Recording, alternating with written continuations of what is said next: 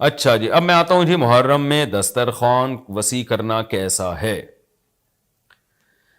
اس بارے میں ایک روایت ہے کہ عاشورہ کے دن جو اپنے اہل و عیال پر دسترخوان وسیع کرے گا، ان کو کھلائے گا، تو اللہ اس کے رزق میں برکت دیں گے.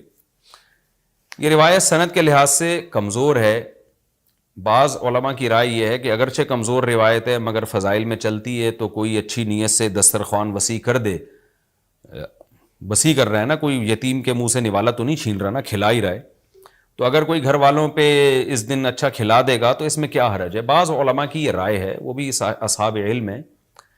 لیکن بندہ ایک کو ہمیشہ سے ایک اشکال رہا ہے کہ جب ایک بالکل بے غبار صحیح حدیث ہمارے سامنے موجود ہے تو اس کے مقابلے میں ایسی کمزور روایت کو ہم کس بیس پہ ترجیح دے سکتے ہیں.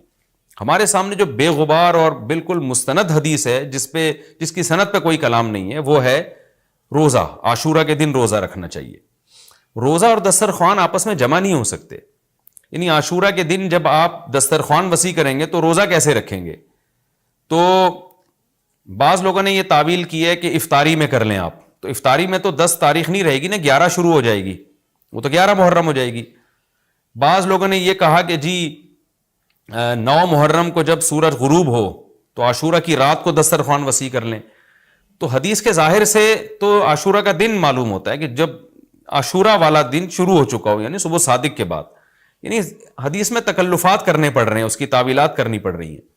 تو اس بارے میں علامہ ابن تیمیہ رحمہ اللہ کی رائے ہمیں بہت صحیح معلوم ہوتی ہے. انہوں نے یہ لکھا ہے کہ اصل میں ہوا یہ تھا کہ جب شیعہ حضرات نے عاشورہ کے دن کو منحوس سمجھنا شروع کر دیا کہ یہ منحوس دن ہے اور اس میں غم کا دن ہے، تو بعض سنیوں نے ان کے مخالفت میں نا اس کو خوشی کا دن منانا شروع کر دیا.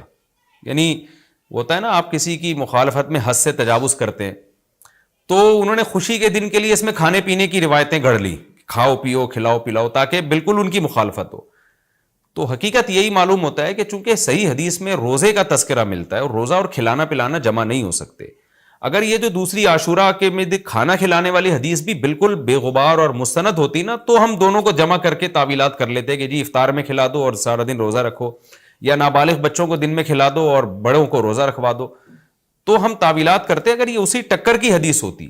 لیکن یہ کمزور حدیث ہے، تو اس کو اتنی صحیح مستند روایت کے مقابلے میں ہم کیسے لا سکتے ہیں؟ تو وہ ابن تیمیہ رحمہ اللہ کی بات کافی معقول معلوم ہوتی ہے کہ بعض شامی لوگوں نے یہ روایت کو گڑھا ہے صرف شیعہ لوگوں کی دشمنی اور مخالفت میں، کہ اس کو خوشی کا دن. تو عاشورہ کا دن تو نہ غم کا دن ہے نہ خوشی کا دن ہے، عبادت کا مقدس دن ضرور ہے، تو برکت کا دن ضرور ہے. تو اس لیے اس میں صحیح بات یہی معلوم ہوتی ہے کہ یہ کھلانا پلانا والا جو روایت ہے یہ ہمیں صحیح معلوم نہیں ہوتی. روزہ رکھیں، اور افطاری میں تو ویسے ہی دسترخوان وسیع کرنا چاہیے. افطاری میں سموسے پکوڑے جلیبیاں بچوں کو کھلائیں تاکہ ان کو روزہ رکھنے کی اور زیادہ حوصلہ افزائی ہو. تو اس لیے ہماری رائے اس میں یہی ہے کہ عاشورہ کے دن بس روزہ ہی کی فضیلت ہے، دسترخوان والی بات ہمیں ٹھیک معلوم نہیں ہوتی. کیونکہ اس کے مقابلے میں جو ہے نا، دسترخوان والی حدیث کے مقابلے میں زیادہ صحیح حدیث ہے جو روزہ تو کھانا پینے سے اجتناب کا نام ہے، اور افطاری میں تو ویسے ہی آدمی کھا لیتا ہے، وہ اس کے لیے پھر ضرورت نہیں ہے الگ سے ہمیں کسی روایت کی. اچھا